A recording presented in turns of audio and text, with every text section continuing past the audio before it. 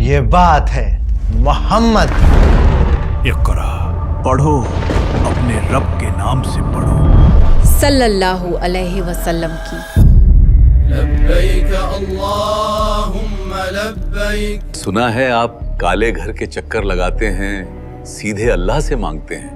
وہ کالا گھر نہیں بلکہ کعبہ ہے، اور مانگنا تو سیدھے اللہ سے ہی چاہیے نا. ہر بار جب سیرت النبی کی کتابوں کے پنے پلٹتا ہوں نا تو کچھ سوال میرے سامنے آ کر کھڑے ہو جاتے ہیں. مکہ ایک ایسی سنسان وادی تھی جسے اللہ نے اپنے رحم سے بسایا. ہم کعبہ کے محافظ ہیں، کسی میں ہمت نہیں کہ ہماری برابری کر سکے. مکہ کی سنسان وادی میں وہ دو لورز کون تھے جو کعبہ کے اندر گئے انسان بن کر، لیکن باہر نکلے پتھر بن کر. دیکھو انہیں، اللہ نے سچ مچ انہیں پتھر بنا دیا ہے. ہاں، ان لوگوں نے حد کر رکھی. مکہ والوں کا ایسا کون سا گناہ تھا جس نے زمزم کے پانی کو مکہ سے کئی 100 سالوں کے لیے غائب کر دیا؟ زمزم کے پانی کے بغیر یہاں رہنا مشکل ہوگا. میرے خیال میں ہمیں یہ جگہ چھوڑ دینی چاہیے. آج میں مکتوب احمد اور میں رمشا سلطان آپ کے سامنے کھولیں گے سیرت النبی کے وہ نایاب پنے جو اس دنیا کی غفلت میں ہمارے ہاتھ سے چھوٹ گئے.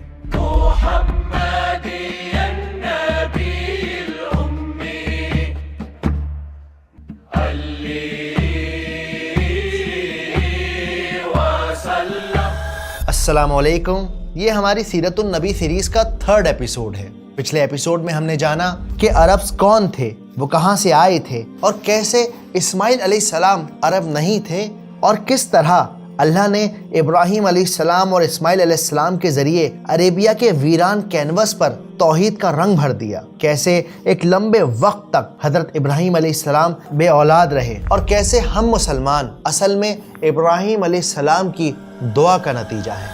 ہم ابراہیم علیہ السلام کی دعا ہیں وَإِذْ يَرْفَعُ إِبْرَاهِيمُ الْقَوَاعِدَ مِنَ الْبَيْتِ وَإِسْمَاعِيلُ.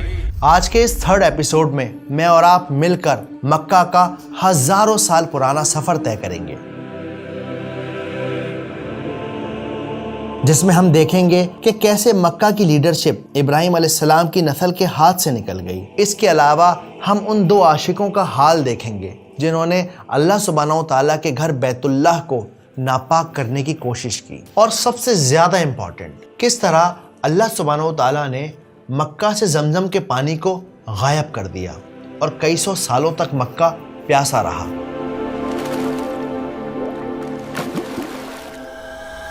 وادی مکہ کی ریت میں ایک نیا سفر لکھا جا رہا تھا. کعبہ بن کر تیار ہو چکا تھا.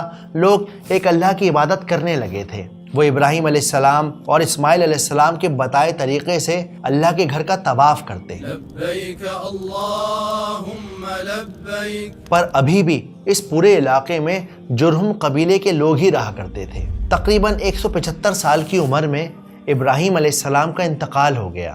ہر شخص کو موت کا مزہ چکھنا ہے، اور تم کو قیامت کے دن تمہارے اعمال کا پورا بدلہ دیا جائے گا. اس کے بعد اسماعیل علیہ السلام نے کعبہ کی ذمہ داری سنبھالی، اور وہیں جرہم قبیلے کی ایک خاتون سے ان کا نکاح ہو گیا تھا. لوگ اسماعیل علیہ السلام کی باتیں سنتے، اللہ کی توحید پر رہتے، ان کے طریقے سے اپنے قبیلے کو چلاتے. اور گزرتے وقت کے ساتھ اللہ رب العزت نے اسماعیل علیہ السلام کو 12 بیٹوں سے نوازا. ان کے بڑے بیٹے کا نام نابت تھا، یا پھر کچھ کتابوں میں مینشن ہے نبیوت تھا. اور جب 137 سال کی عمر میں یعنی 137 ایئرز کی ایج میں اسماعیل علیہ السلام اس دنیا سے رخصت ہوئے، تب ان کے بڑے بیٹے نابت نے کعبہ کی ذمہ داری کو سنبھال لیا. نابت کے بعد ان کے چھوٹے بھائی قیدار نے اس ذمہ داری کو سنبھالا. اللہ کا شکر ہے کہ قیدار کو کعبہ کا محافظ چنا گیا ہے. نبی کے بیٹے کعبہ نہیں سنبھالیں گے تو کون سنبھالے گا؟ لیکن اب یہاں ایک ٹرننگ پوائنٹ آتا ہے. اب دیکھیے، کیونکہ اسماعیل علیہ السلام کے بچے تعداد میں وہ جرہم قبیلے سے بہت زیادہ کم تھے، تو طریقہ تو یہ ہونا چاہیے تھا کہ اسماعیل علیہ السلام کے بچوں کی لینیج کے پاس یہ طاقت جاتی، کعبہ کی سرداری جاتی. لیکن ہوا یوں کہ قیدار کے بعد جب تیسری بار ذمہ داری دی گئی تو وہ ذمہ داری ان کے نانا کے پاس چلی گئی، یعنی جرہم قبیلے کے پاس چلی گئی. ان کے بعد ان کے نانا مزاز بن عمر جرہمی نے زمام کار اپنے ہاتھ میں لے لی اور اس طرح مکہ کی سربراہی بنو جرہم کی طرف منتقل ہو گئی اور ایک عرصے تک انہی کے ہاتھ میں رہی۔ لیکن ابھی بھی کعبہ کا جو سارا کا سارا توحید کا سسٹم تھا، لوگوں کو دین سکھانا، کس طرح سے طواف کرتے ہیں، کس طرح سے ایک اللہ کی عبادت کرتے ہیں، کس طرح سے صفا اور مروہ کے ساتھ چکر لگائے جاتے ہیں، کہاں کنکریاں ماری جاتی ہیں شیطان کو، وہ پورا حج کا طریقہ اسماعیل علیہ السلام کی اولادیں ہی بتاتی تھیں، ان کی نسلیں ہی بتاتی تھیں۔ لیکن کعبہ سے ریلیٹڈ جتنے بھی فائنینشیل ڈیسیزن تھے، یعنی کعبہ میں پیسہ کہاں سے آئے گا، کہاں سے نہیں آئے گا، کعبہ میں کس طرح کے انتظامات ہوں گے، وہ سارے کے سارے فائنینشیل فیصلے جرہم قبیلہ اور ان کا ایک اور کزن قبیلہ تھا قاتورہ، یہ دونوں مل کر کیا کرتے۔ آپ کو نہیں لگتا کعبہ کی مالی ذمہ داریوں پر پیغمبر اسماعیل کی نسل کا بھی اختیار ہونا چاہیے؟ دیکھو شازیہ، سب کی مرضی یہی ہے کہ وہ اللہ والے لوگ ہیں، ان پر بوجھ ڈالنا ٹھیک نہیں۔ اس کے علاوہ میں نے سنا ہے قاتورہ قبیلے والے بھی یہاں بسنے آنے والے ہیں۔ ہاں سنا تو میں نے بھی ہے، اور ٹھیک بھی ہے۔ قاتورہ ہمارے اپنے ہیں، جرہم قبیلے کی طاقت ہی بڑھے گی ان کے آنے سے۔ تو ہوا یوں کہ جرہم قبیلہ زمزم کے پانی کے پاس آ کر بس گیا، تو انہوں نے اپنے رشتہ داروں کو بھی بلا لیا جو کہ اصل میں قاتورہ قبیلے کے نام سے یمن میں اونٹ چرانے کا کام کیا کرتے تھے۔ تو اب اس کعبہ کے پاس دو قبیلے بس گئے، پہلا قبیلہ جرہم قبیلہ، دوسرا قبیلہ قاتورہ قبیلہ۔ اب سوچنے والے یہ سوچیں گے کہ یہاں پر اسماعیل علیہ السلام بھی تو تھے، ان کا قبیلہ بھی بس تھا، لیکن قبیلے تعداد کی وجہ سے بستے ہیں، کوانٹٹی میں بسائے جاتے ہیں۔ ابراہیم علیہ السلام اور اسماعیل علیہ السلام کی نسلیں تعداد میں، گنتی میں بہت تھوڑی تھیں، تو وہ جرہم قبیلے کے ساتھ ہی رہتی رہیں اور اللہ کا کام، اللہ کا پیغام پہنچانے کا کام کرتی رہیں۔ اب یہاں نوٹ کرنے والی بہت امپورٹنٹ بات یہ ہے کہ اسماعیل علیہ السلام کی نسل سے کوئی نبی نہیں آیا۔ ان کے بیٹے ضرور کعبہ کے محافظ بنے، لیکن ان میں سے کوئی بھی اللہ کا نبی نہیں تھا، جبکہ اسماعیل علیہ السلام کے چھوٹے بھائی اسحاق علیہ السلام کی نسل سے نبوت کا سلسلہ چلتا رہا۔ جیسے اسحاق علیہ السلام کے بیٹے یعقوب علیہ السلام، پھر ان کے بیٹے یوسف علیہ السلام، لیکن اسماعیل علیہ السلام کی نسل سے یہ سلسلہ بالکل رک گیا، کوئی نبی نہیں آیا۔ قرآن مجید میں اسحاق علیہ السلام کی نسل سے چلنے والے سلسلے کو اللہ سبحانہ و تعالیٰ نے بنو اسرائیل کے نام سے مینشن کیا ہے۔ یا بنی اسرائیل اذکروا نعمتی التی انعمت علیکم، تو اے بنی اسرائیل، اے اسرائیل کی اولاد۔ اسرائیل سے مراد کیا ہے؟ اس پر اتفاق ہے، اجماع ہے، حضرت یعقوب کا یہ لقب ہے۔ رحیق المختوم کے پیج نمبر 62 پر یہ مینشن ہے کہ دھیرے دھیرے کعبہ کے آس پاس کی آبادی بڑھتی چلی گئی اور اسماعیل علیہ السلام کی نسلیں یہاں سے وہاں روزگار کی تلاش میں نکلتے چلے گئے۔ بس کچھ گنے چنے اسماعیل علیہ السلام کی قوم کے لوگ کعبہ کے پاس رہ گئے تھے، لیکن وہ بھی صرف ایک ریلیجیس فگر ہیڈز تھے، ان کے پاس کوئی پاور نہیں تھی، کوئی اتھارٹی نہیں تھی۔ ساری کی ساری اتھارٹی صرف دو قبیلوں کے پاس تھی، اور وہ دو قبیلے کون تھے؟ ارے بولیے بھائی، جرہم اور قاتورہ۔ اب یہ دونوں قبیلے اپنے حساب سے کعبوں کو مینج کیا کرتے، اور اس طرح سے اسماعیل علیہ السلام کی نسل کے ہاتھوں سے وہ ساری پاور، کعبہ کی سرداری نکل کر جرہم اور قاتورہ قبیلے کے ہاتھ میں چلی گئی۔ اب بڑھتے ہیں اپنے اگلے سوال کی طرف کہ وہ کون سا خوشبو کا سفر تھا جس نے مکہ کو امیر کر دیا۔ ساتھیوں، سورج ڈھلنے والا ہے، ہم یہیں پڑاؤ ڈالیں گے۔ جی بہتر، لوبان اونٹوں سے اتار لو۔ رحیق المختوم کے پیج نمبر 64 پر مینشن ہے کہ قریب 2000 سالوں تک جرہم قبیلہ یہاں راج کرتا رہا، لیکن بہت سارے اسکالرز کا یہ ماننا ہے کہ یہ 2000 ایک آئیڈیا دینے کے لیے ایک فگریٹو نمبر ہے۔ اصل میں آپ یہ کہہ سکتے ہیں کہ کئی سو سالوں تک وہ یہاں راج کرتے رہے، اور ان کئی سو سالوں میں ان لوگوں کے ہاتھ ایک بہت بڑا راز لگ گیا، ایک ایسا راز جس نے ان کو امیر بنا دیا۔ یہ تھا اصل میں خوشبو کے کاروبار کا راز تھا، جسے انگریزی میں فرینکنسنس روٹ کہا جاتا ہے۔ فرینکنسنس بس پیڑ کا ایک گوند ہے، مر بھی وہی ہے۔ اگر آپ فرینکنسنس کو کوئلے پر رکھیں तो पुराने लोग इसकी खुशबू को धरती पर खुदा के होने का सबूत मानते थे। इतिहासकार इस मिस्ट्री को लेकर उलझन में रहे हैं।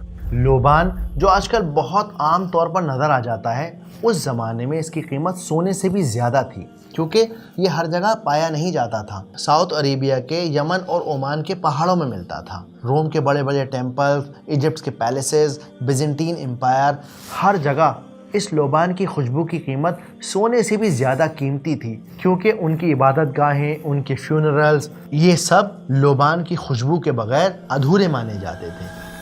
एक अंदाजे के मुताबिक आज भी रोम के कैथोलिक चर्च हर साल लगभग 50 मीट्रिक टन लोबान इस्तेमाल करते हैं। अब स्क्रीन पर इस मैप को देखिए। यहाँ जो नीचे राइट साइड पर आप ग्रीन एरिया देख रहे हैं, ये है यमन और ओमान के वो इलाके जहाँ के पहाड़ों में लोबान पैदा होता था। और ये जो येलो लाइन नीचे से शुरू होकर ऊपर तक जा रही है, ये है फ्रैंकिनसेंस रूट, यानी खुशबू का गोल्डन हाईवे। तो पूरा सिस्टम कुछ यूँ था कि यमन से, ओमान से ये सारा लोबान ऊँटों के ऊपर लटके आता और फिर ये काफिले सौयों ऊँटों की तादाद में लोबान लेकर निकलते और बेजेंटीन एम्पायर तक का सफ़र करते। अब ये सफ़र बहुत लंबे और थका देने वाले हुआ करते थे, तो उनको रुकने के लिए भी कोई जगह चाहिए थी जहाँ वो आराम कर सकें, अपनी ऊँटों को पानी पिला सकें, थोड़ी कमर सीधी कर सकें। सफर ने बुरी तरह थका दिया है, ऊँटों का भी बुरा हाल है। कुछ देर की बात है बस। काबा ज्यादा दूर नहीं, वहाँ जमजम का ठंडा पानी और आराम के लिए महफूज जगह दोनों मिल जाएंगी। चलो तेजी से आगे बढ़ो, सूरज ढलने से पहले हमें जमजम के कुएं के पास पहुंचना है। मक्का यानी ये काबा बीच में पड़ता है और अरेबिया के इस पूरे इलाके में सिर्फ काबा ही एक ऐसी जगह थी जहाँ पर जमजम का ठंडा पानी मौजूद था। आसपास छोटे मोटे कुएं थे, लेकिन उसमें पानी सीजनल आता था, कभी आया कभी नहीं आया, लेकिन जमजम का पानी हर वक्त बहता रहता था। आज भी उसी स्पीड से, उसी क्वांटिटी में बह रहा है जैसे हज़ारों साल पहले बहता था। तो ये लोग जमजम के पानी के पास रुकते, पानी पीते, आराम करते और वहाँ पर अल्लाह की इबादत का मैसेज भी सुनते। मुझे एक अल्लाह वाली बात समझ नहीं आई। मुझे तो बिल्कुल ठीक लगी।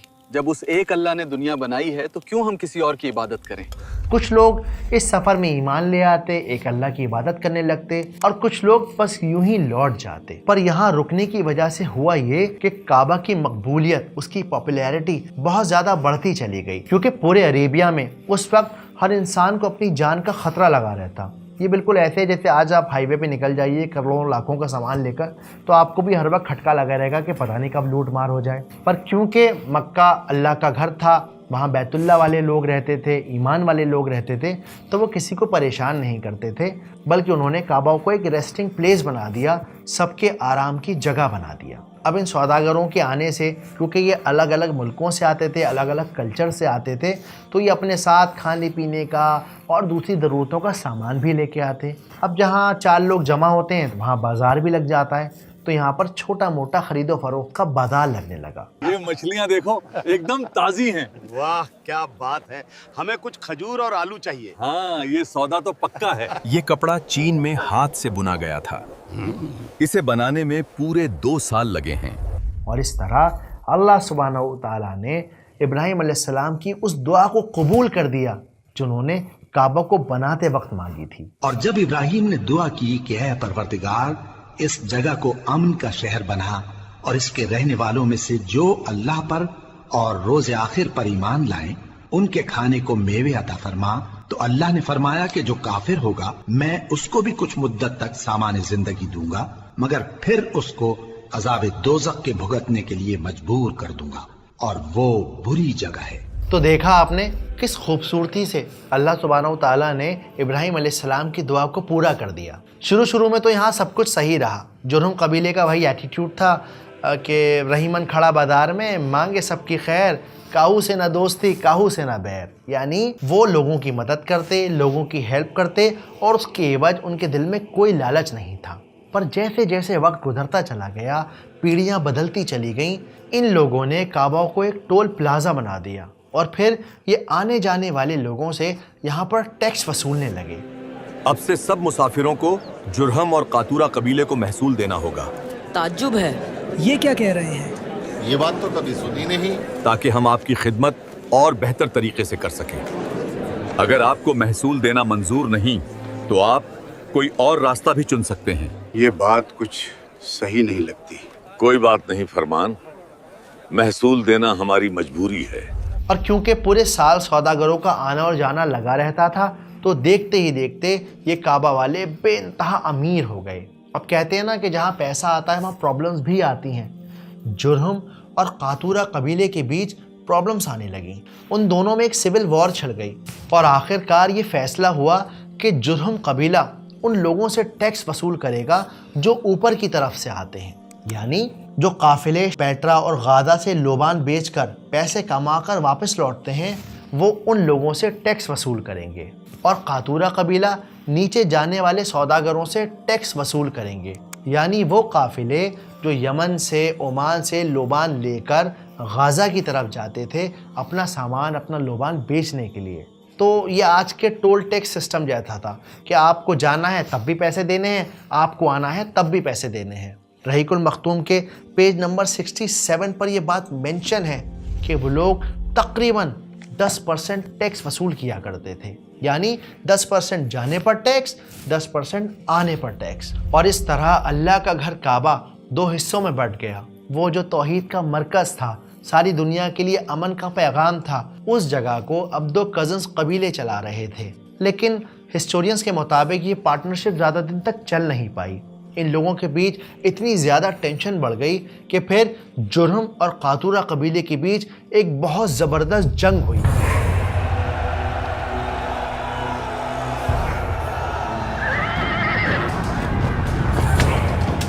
जिस जंग में जुरहम कबीले ने कातूरा कबीले को हरा दिया और उन्हें मक्का की इस वादी से बाहर निकाल दिया और पूरा का पूरा कंट्रोल जुरहम कबीले के पास आ गया। अब आने और जाने दोनों तरफ का टैक्स जुरहम कबीले वाले ही वसूल करते। धीरे धीरे धीरे वक्त का पहिया घूमता रहा। जुरहम कबीले की कुछ नस्लें बदलती चली गईं और इनके अंदर इतना ज़्यादा करप्शन पैदा हो गया कि अब ये हज करने वाले हाजियों से भी पैसा वसूलने लगे। जमजम के पानी पिलाने का भी ये पैसा लेने लगे। ये गलत है, पानी से पैसा बनाया जा रहा है। जमजम के पानी का पैसा देना होगा, ये बात मंजूर नहीं। ये अल्लाह का पानी है, जुरहम की मलकियत नहीं, याद रहे। जमजम के पानी पिलाने की उजरत पर कुछ लोगों को एतराज है। तो ना पिए पानी, कह दो अपना कुआं खुद खोद लें। और इस तरह की बातों से आसपास के कबीले बहुत ज़्यादा परेशान थे। लेकिन क्योंकि जुरहम पहले से बहुत ज़्यादा एस्टैब्लिश थे, बहुत बड़ा उनका कबीला था, तो बाकी के कबीले उनके खिलाफ खड़े नहीं हो पाते थे। धीरे धीरे धीरे अल्लाह सुब्हानहू तआला के दीन का जो इब्राहीम अलैहिस्सलाम ने इन्हें सिखाया था उसका इन्होंने मजाक बना कर रख दिया, एक पैसा एक बिजनेस की चीज़ बना के रख दिया। लेकिन जुरहम कबीले का ये सबसे बड़ा गुनाह नहीं था। उनका सबसे बड़ा गुनाह था काबा की बेअदबी। हिस्ट्री के पन्नों में एक ऐसा वाक़या दर्ज है जिसे सुनकर आपके रोंगटे खड़े हो जाएंगे। जुरहम कबीले में दो आशिक रहा करते थे, ईसाफ और नायला। खुलेआम मोहब्बत करना, अपनी खूबसूरती का दिखावा करना, कहीं भी किसी भी जगह पर जलील हरकतें करना इनके लिए आम बात थी और इनका ये रवैया पूरे जुरहम कबीले में मशहूर था। वो देखिए, निकल पड़ी आशिकों की टोली फिर से। कमबख्तों को न मौत आती है न शर्म। मौत आए हमारे दुश्मनों को। और एक दिन ये दोनों अपनी हवस में, अपनी नापाक मोहब्बत में इतने ज़्यादा चूर हो गए कि इन्होंने अल्लाह के घर की भी इज्जत नहीं रखी। वो हज का महीना था, लोग तवाफ में मशगूल थे और रात के किसी अंधेरे में काबा के अंदर ईसाफ और नायला चुपके से अंदर चले गए। उस रात आसमान का जी चाहा कि वो फट पड़े, लेकिन वो गरज कर रह गया। सुबह जब दरवाजे खोले गए तो लोग ये देखकर हैरान रह गए कि वहां पत्थर के दो बुत खड़े हुए थे। देखो उन्हें, अल्लाह ने सचमुच उन्हें पत्थर बना दिया है। इन लोगों ने हद कर रखी थी। जुरहम कबीले वाले समझ गए कि ये अल्लाह की तरफ से एक वार्निंग है। इन लोगों ने इन दोनों बुतों को उठाकर जमजम के पानी के पास रख दिया ताकि लोग इनसे इबरत ले सकें। धीरे धीरे धीरे धीरे गुजरते वक्त के साथ शैतान ने अपना वसवसा फैलाना शुरू कर दिया। उसने उन लोगों को कहना शुरू कर दिया कि अरे ये तो इश्क के देवता हैं, मोहब्बत तो ईसाफ और नायला की तरह की जाती है। और फिर कुछ सदियों के बाद लोग ईसाफ और नायला की पूजा करने लगे, उन्हें इश्क की देवी और देवता मानने लगे। ऐ इश्क की देवी, मुझे भी मेरी मोहब्बत दिलवा दे, मेरी मन्नत पूरी कर दे। अब ये बात सुनने में बड़ी अनकॉमन लगती होगी आपको, लेकिन ये हमारे माशरे में बहुत आम है। जैसे मिसाल के तौर पे हम गाना सुनते हैं और उसमें सिंगर बड़े आराम से कहता है कि मांग रहा हूँ जो मेरा है, जाता क्या तेरा है, मैंने कौन सी तुझसे जन्नत मांग ली है। तो क्योंकि हमारे लिए बहुत कॉमन है, बहुत आम बात है, इसी तरह ईसाफ और नायला को पूजना उस ज़माने में बिल्कुल आम बात थी। तो जैसा मैंने कहा कि बहुत सारे कबीले आसपास थे, बहुत ज़्यादा कमज़ोर थे, इनके ख़िलाफ़ खड़े नहीं हो पाते थे।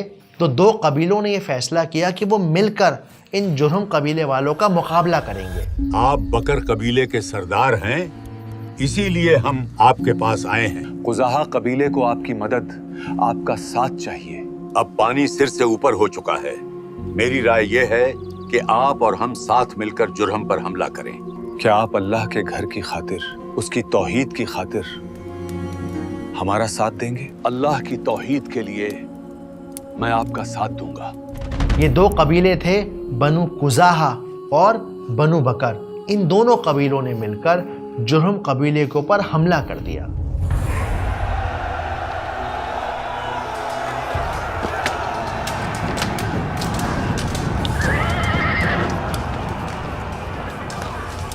ये जंग का सिलसिला कुछ दिनों तक चलता रहा। जुर्हम कबीले वाले समझ गए कि अब हमारा जीतना आसान नहीं। उनकी हार उन्हें साफ नजर आने लगी। हमारा कबीला बुरी तरह से हार रहा है। शायद 1-2 दिन में वो सरहदें तोड़कर हमारे घरों में घुस आएंगे।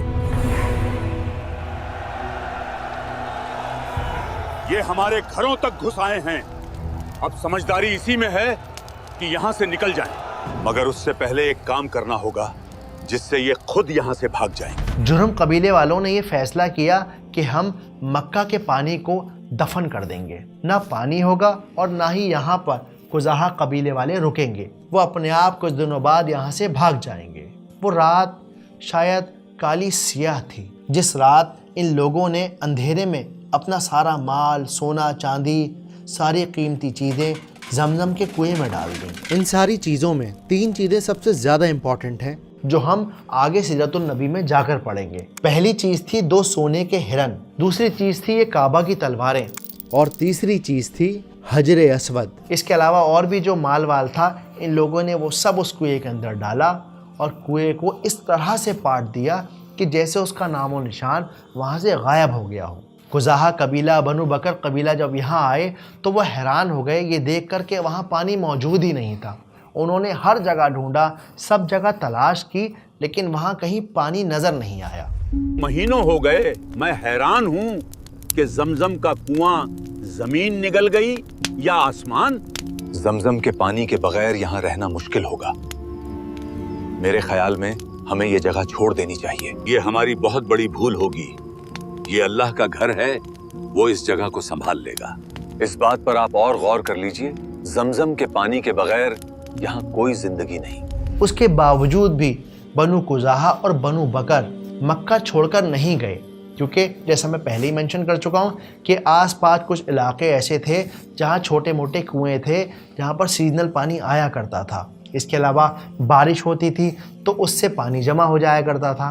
तो पानी कम तो था, लेकिन उससे ज़्यादा इम्पॉर्टेंट था लोबान के कारोबार का वो रूट जिससे पैसा आया करता था। और कुजाहा कबीले वालों को इस बात का पूरा यकीन था कि जिसने काबा बनाया है वही इस पूरे मक्का को संभाल लेगा। तो वो इधर उधर के इलाकों से लाया हुआ पानी, अपने पास जमे हुए पानी से सौदागरों की खिदमत किया करते और उनसे टैक्स वसूल लिया करते। इस बीच में उनकी कोशिशें चलती रहीं जमजम के पानी को ढूंढने की, लेकिन गुजरती नस्लों के साथ जमजम का पानी बिल्कुल गायब हो गया, किसी को मिला ही नहीं। और वक्त के साथ जमजम का पानी एक दास्तान बन गया, एक ऐसी कहानी बन गया जो बूढ़े लोग अपने बच्चों को सुनाया करते। मेरे परदादा के दादा बताते थे कि जमजम का पानी हर वक्त बहता रहता था, ठंडा मीठा। लेकिन अम्र बिन हारिस बिन मजाज जुरहुमी ने खाना काबा के दोनों हिरन और उसके कोने में लगा हुआ पत्थर हजर अस्वद निकाल कर जमजम के कुएं में दफन कर दिया और अपने कबीले बनु जुरहुम को साथ लेकर यमन चला गया। तकरीबन 300-350 साल गुजर चुके थे। मक्का की वादी में, मक्का की हवा में लब्बैक अल्लाहुम्मा लब्बैक की तलबिया गूंज रही थी। अभी तक मक्का और काबा पर कुजाहा कबीले का कंट्रोल था और इनका नया सरदार अम्र इब्न लूहे था। अब इस नाम को बहुत गौर से सुनिएगा, अम्र इब्न लूहे, क्योंकि यही वो पहला इंसान था जो काबा के अंदर पहला बुत लेकर आया। वहाँ का सबसे बड़ा बुत हुबल। हमारी दुआ को अल्लाह तक पहुँचा दे। हुबल की शान सलामत रहे। अम्र इब्न लूहे वॉज अ गुड मैन। वो एक अच्छा आदमी था।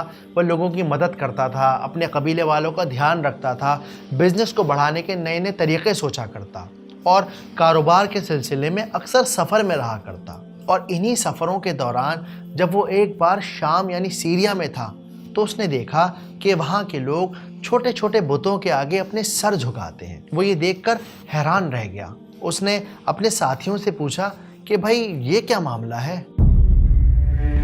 मैं हैरान हूँ, आप इतने कामयाब मालो दौलत वाले होकर इन पत्थरों के आगे सिर क्यों झुकाते हैं? ये बात मेरी कुछ समझ में नहीं आई। ये हमारे मददगार हैं। इन्हीं के जरिए हम अपनी बात अल्लाह तक पहुंचाते हैं। और हम इस काबिल नहीं कि उससे सीधे बात कर सकें। काजी से पहले वकील की जरूरत होती है मेरे दोस्त। लेकिन अल्लाह तो एक ही है ना, और हमें उसी से मांगना चाहिए।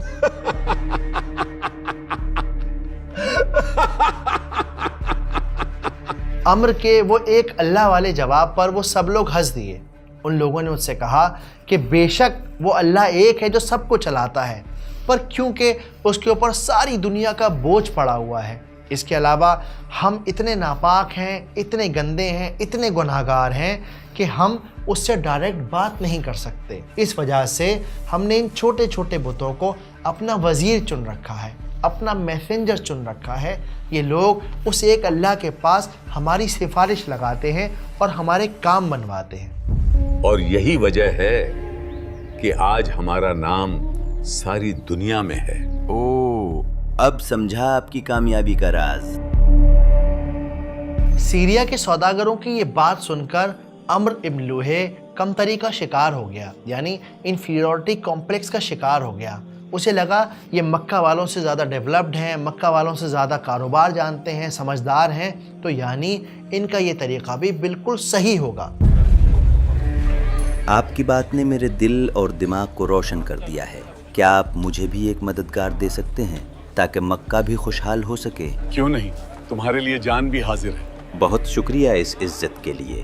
बिल्कुल इसी तरह से इसने भी उनके कल्चर को एक्सेप्ट कर लिया, ये सोचकर कि इससे मक्का और ज़्यादा कामयाब होगा और इनका बिजनेस और बड़ा हो जाएगा।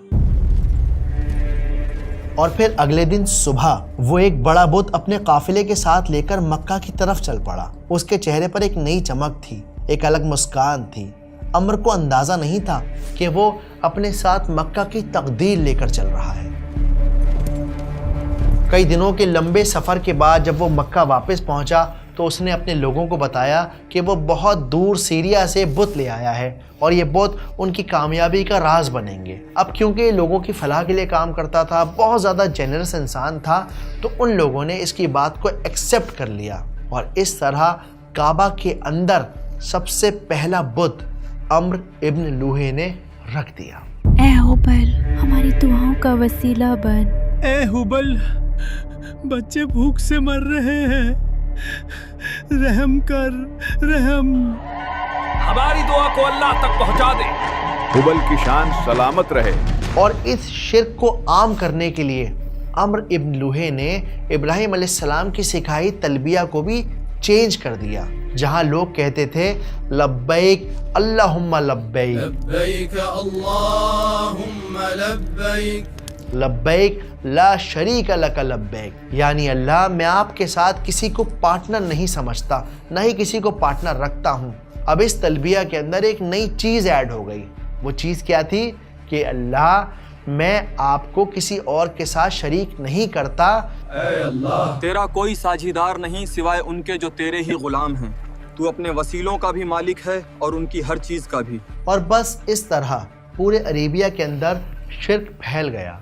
धीरे धीरे धीरे गुजरते वक्त के साथ हर कबीला अपना एक नया बुत ले आया और इस तरह काबा के अंदर 360 बुतों को रख दिया गया।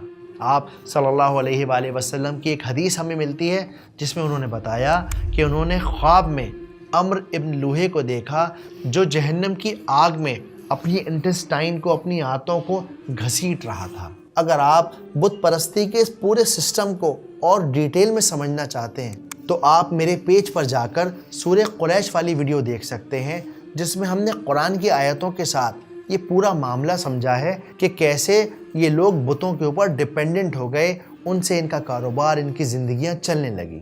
अब समझते हैं कि सीरतुन नबी के इस एपिसोड से हमें क्या लर्निंग्स मिलती हैं, क्या टेक अवेज मिलते हैं, क्या सबक हासिल होते हैं। सबसे पहला लेसन है the commodification of the secret, यानी जब आप अल्लाह सुब्हानहू तआला के काम को एक कमर्शियल बिजनेस बना लेते हैं तब इस तरह के अज़ाब आप पर आ जाते हैं। जैसे जुर्हम कबीले ने क्या किया, उनको काबा की जिम्मेदारी दी गई थी। उन्हें चाहिए था कि हाजियों के साथ इज़्ज़त से पेश आते, उनके साथ अच्छा मामला रखते और जो जायज़ उनके बनते थे पैसे वो ले लिया करते, जो भी उनकी सर्विस के पैसे हुआ करते थे। लेकिन वो बदसलूकी करने लगे, बदतमीज़ी करने लगे, उन्हें धोखा देने लगे। अब यहाँ पर उन लोगों की बात नहीं हो रही जो कुरान पढ़ाते हैं या हदीस पढ़ाते हैं या फिर मस्जिदों में इमाम हैं। यहाँ बात हो रही है उन लोगों की जिन्होंने दीन को कमर्शलाइज कर दिया है, यानी तावीज़ बेचना, चिराग बेचना, अल्लाह के कलाम को नज़र उतारने का तरीक़ा बताकर बेचना और उसके एवज में पैसे लेना। दोस्तों ये देखिए, औलाद और माल बढ़ाने का चिराग, साथ ही साथ आयतुल कुर्सी की कटोरी। आज ही बुक करें।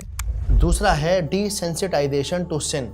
अब देखिए, शिर्क एक दिन में पैदा नहीं होता। सबसे पहले इंसान अपना अदब खोता है और फिर धीरे धीरे धीरे धीरे गुजरते वक्त के साथ आप शिर्क में पूरी तरह से मुब्तला हो जाते हैं और इतने ज़्यादा मुब्तला हो जाते हैं कि फिर उसमें से निकलना बहुत ज़्यादा मुश्किल हो जाता है। वो आपकी ज़िंदगी के लिए आम बात हो जाती है। जैसे अभी क्रिसमस आने वाला है तो लोग कहेंगे मैरी क्रिसमस, इसका मतलब होता है कि मुबारक हो, अल्लाह को बेटा हुआ है।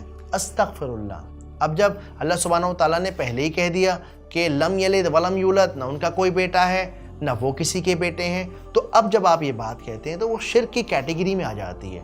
तो जैसा हमने देखा कि कैसे अम्र इब्न लूहे बहुत ज़्यादा इम्प्रेस था सीरिया वालों से, बिल्कुल सेम एटीट्यूड आज हमारी ज़िंदगी में है। हम बड़े आराम से वेस्ट कल्चर को अपनाते हैं, वेस्ट के तरीक़ों को अपनाते हैं, ये सोच कर कि हम भी उतने ही कामयाब हो जाएंगे जितने कामयाब वो हैं। लेकिन असल में हमारा एटीट्यूड ये होना चाहिए कि हम दुनिया की हर टेक्नोलॉजी को इस्तेमाल करें, उसको मास्टर करें, लेकिन वो तौहीद और अल्लाह के हुक्म के बीच में नहीं आनी चाहिए। I never said Merry Christmas to anybody and I've never offended anybody. मैंने कभी किसी को मेरी क्रिसमस नहीं कहा और कभी किसी को बुरा भी नहीं लगा। मैंने असल में ये कहा, मैं दुआ करता हूँ कि अपनी फैमिली के साथ आपका वक्त बहुत अच्छा गुजरे। और दरअसल कुछ मौक़ों पर जिन लोगों के लिए मैंने दुआ की, उन्होंने पूछा तो तुम मेरी क्रिसमस क्यों नहीं बोलते? तब मैं खुलकर कहता हूँ क्योंकि मैं नहीं बोल सकता, क्योंकि मैं मानता हूं कि जीसस अल्लाह के पैगंबर हैं, बेटे नहीं।